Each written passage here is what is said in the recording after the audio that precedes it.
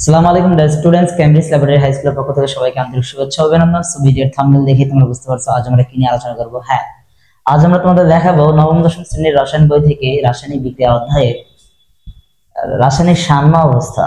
মজার বিষয় হচ্ছে কি, রাসায়নিক সাম্য অবস্থা যদি কোনো স্টুডেন্ট বুঝতে পারে তাহলে ওই স্টুডেন্ট গুলা লাসাতেলিয়ার নীতিটা বুঝতে পারবে এবং অনেক সহজে ধরতে পারবে। এই জন্যই আমাদের পড়তে হবে রাসায়নিক সাম্য অবস্থা।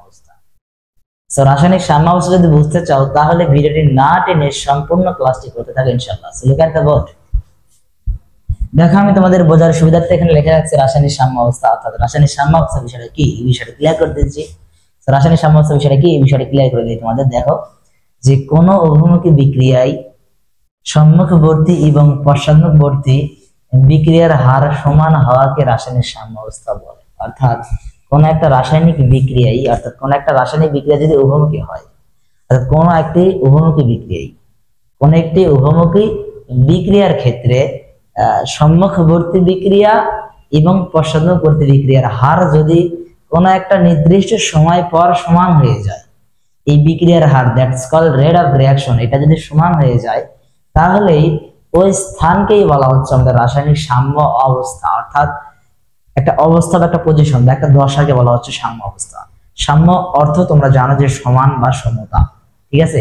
অর্থাৎ যেই অবস্থায় বিক্রিয়কের অর্থাৎ সম্মুখবর্তী বিক্রিয়ার হার এবং পশ্চাৎমুখবর্তী বিক্রিয়ার হারটা সমান হয়ে যায়। সম্মুখবর্তী বিক্রিয়ার হার যদি 10 হয়, পশ্চাৎমুখ বিক্রিয়ার হারও 10 হয়। যদি এইরকম হয় কোন একটা সিচুয়েশনে, কোন একটা দশাতে বা কোন একটা পজিশনে, সেই পজিশনকে আমরা বলতে পারি হচ্ছে সাম্য অবস্থা, ঠিক আছে।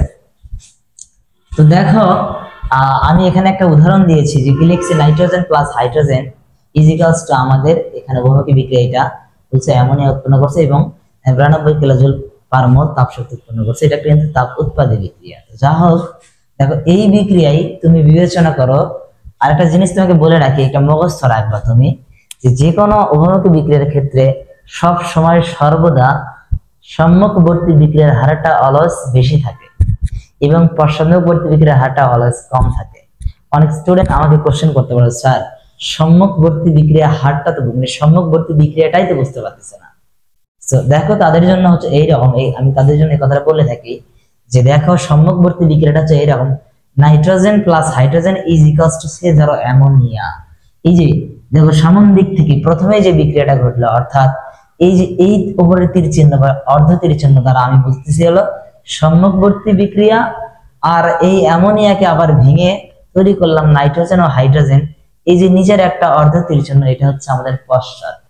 অর্থাৎ সম্মুখ মানে সামন দিয়ে যে বিক্রিয়াটা হয় এটা সম্মুখবর্তী, আর পশ্চাৎটা হচ্ছে ওই বিক্রিয়া ঘুরিয়ে যে আবার নতুন যে আগের পুরোনায় যে বিক্রিয়ক গুলো ছিল সেই বিক্রিয়কে ফিরিয়ে আসা, এই বিষয়টা হচ্ছে কি আমাদের পশ্চাৎমুখী। অর্থাৎ সম্মুখবর্তী বিক্রিয়ার হার এবং পশ্চাৎমুখবর্তী বিক্রিয়ার হারটা যদি কোনো ক্রমে সমান হয়ে যায়, তখন আমরা বলি রাসায়নিক সাম্য অবস্থা। তো দেখো, আমি এখানে তোমাদের দুইটা লেখ বা গ্রাফ তৈরি করে রেখেছি। মনে করো, বিবেচনা করো, এই যে এটা হচ্ছে এক্স অক্ষ এবং এটা হচ্ছে ওয়াই অক্ষ। আমি এক্স অক্ষ বরাবর বিক্রিয়ার হারকে মেনশন করছি এবং ওয়াই অক্ষ বরাবর আমি এটা ধরো 0 বা মূল বিন্দু, ঠিক আছে।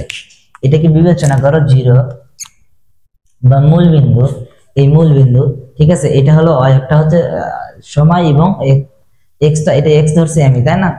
এই এক্সটা হচ্ছে আমাদের সময় বিক্রিয়ার হার এবং ওয়াইটা হচ্ছে আমার সময়।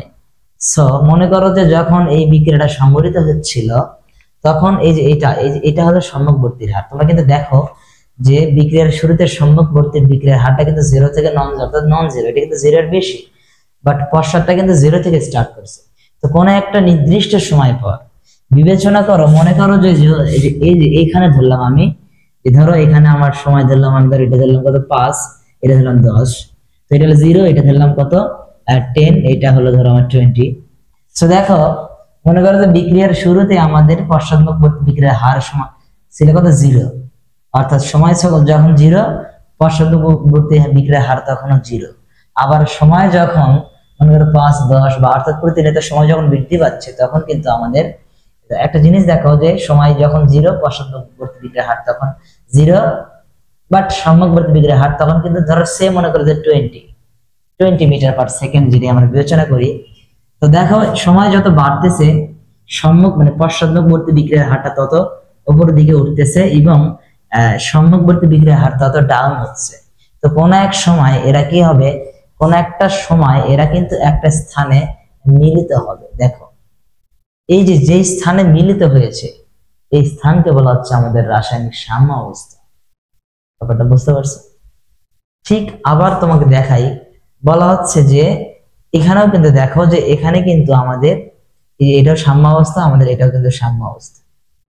বিক্রিয়ার শুরুতে সবসময় সম্মুখবর্তী বিক্রিয়ার হারটা বেশি থাকে এবং পশ্চাৎটা কম থাকে। তো কোনো একটা সময় দেখা গেল যে সম্মুখবর্তী বিক্রিয়া এবং পশ্চাৎমুখবর্তী বিক্রিয়ার হারটা সমান হয়, সেই সময় মানে সেই দশাকে বলা হচ্ছে আমাদের রাসায়নিক সাম্য অবস্থা। আশা করি বুঝতে পারছো। আজকের ক্লাস এই পর্যন্ত, দেখা হবে অন্য কোনো ক্লাসে। সে পর্যন্ত ভালো থাকো, সুস্থ থাকো। ধন্যবাদ সবাইকে। আসসালামু আলাইকুম।